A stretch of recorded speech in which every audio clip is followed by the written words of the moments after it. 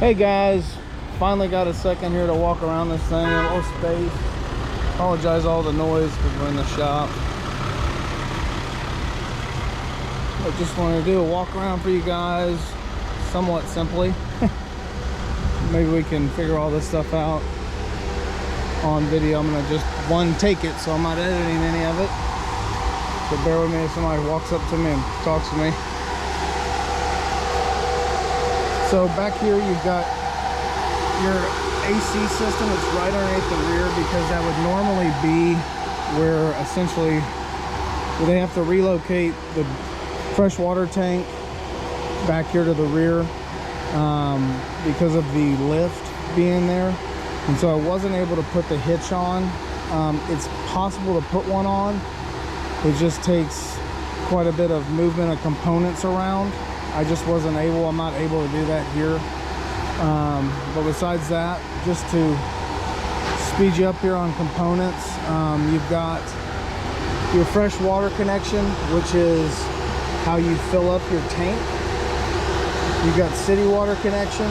That's if you were by chance camping and you wanted to have water pressure or water service, like for the toilet flush or for the sink, and not run the pump. You just take the water in from the hose, more or less. Your 30 amp service, which if you're not using this, if you're not using the van for long periods of time, you could also plug that up to a wall plug and keep the batteries and everything charged on the coach. This dump right here is for your gray water side, so for the sink in this aspect. You've only got that one dump because you'll see in a minute we're on a cassette toilet, because as you can see it's real tight underneath there. You've got over here on this side, you've got your stinky slinky holder, they call it. It's just for your waste dump hose, so if you need to run that into a RV dump, you can. It's right underneath there, it just stores away. And then inside the bath, obviously we've got a cassette toilet. It's real simple to operate these. You just have to have two hands.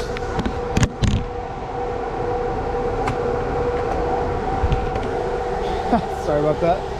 Clip that, and then this actually just pulls out. And then you can walk that over and dispose of it, either at a dump site or actually you can put it into a toilet as well. This toilet actually does have water service, so it pulls from the fresh water and actually does flush. It just goes into a cassette, again because we have such limited space underneath the coach in these conversions with the UVL. It just doesn't give a lot of options. Obviously you've got your fridge here, sink, microwave. Back here you'll see your component side. Really never have to deal anything with this except for this is your mobile router, so there'll be instructions inside on who to call to set that up. There's a company that provides them for Midwest, and they can set you up with SIM cards and everything else. Unless you want to use your own SIM card, in that case they'll still help you set it up and get you online. Really we'll never have to deal with any of this, but this is more or less the solenoid or voltage switches for all the controls inside the coach. Right down here you've got all your 12 volt plugs or fuses, so if for some reason a leg lift's not working or a light's not coming on, that's the first place to go to. You'll also notice right here on the sink wall that grounded plug, which if for some reason you lose your 100 or 110 volt, like the microwave or the TV, they won't come on. That's the first troubleshooting spot, just because that'll break the system and it won't allow power to get to those components. We'll go on this side and come in.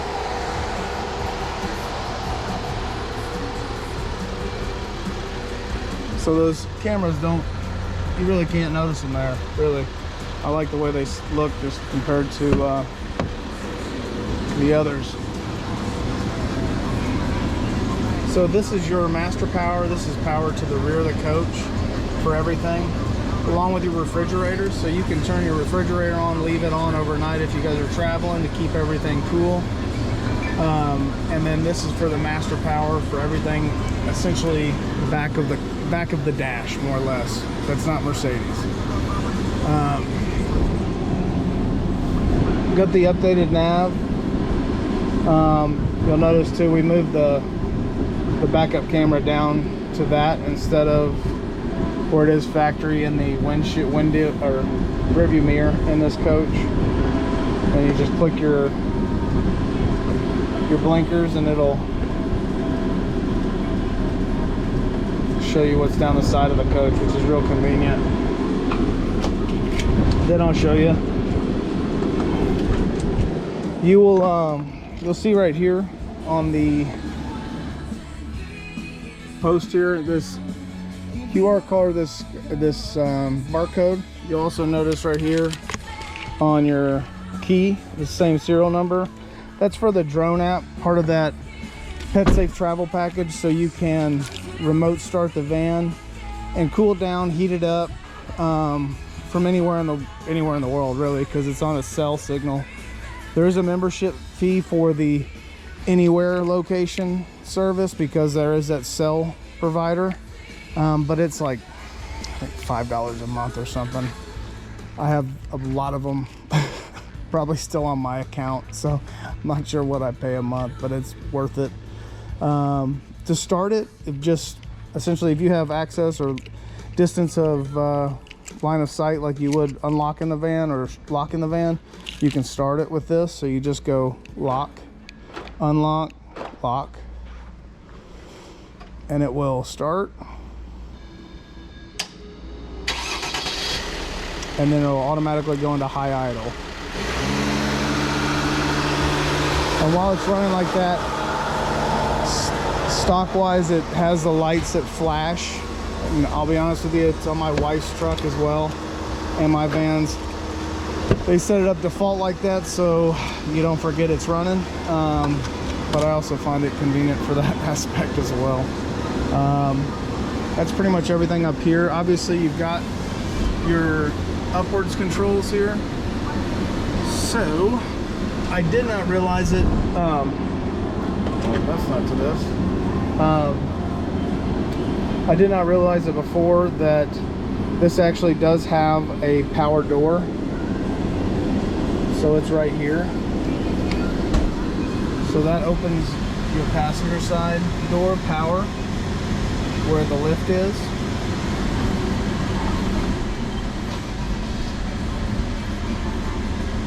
And then you can control everything from here.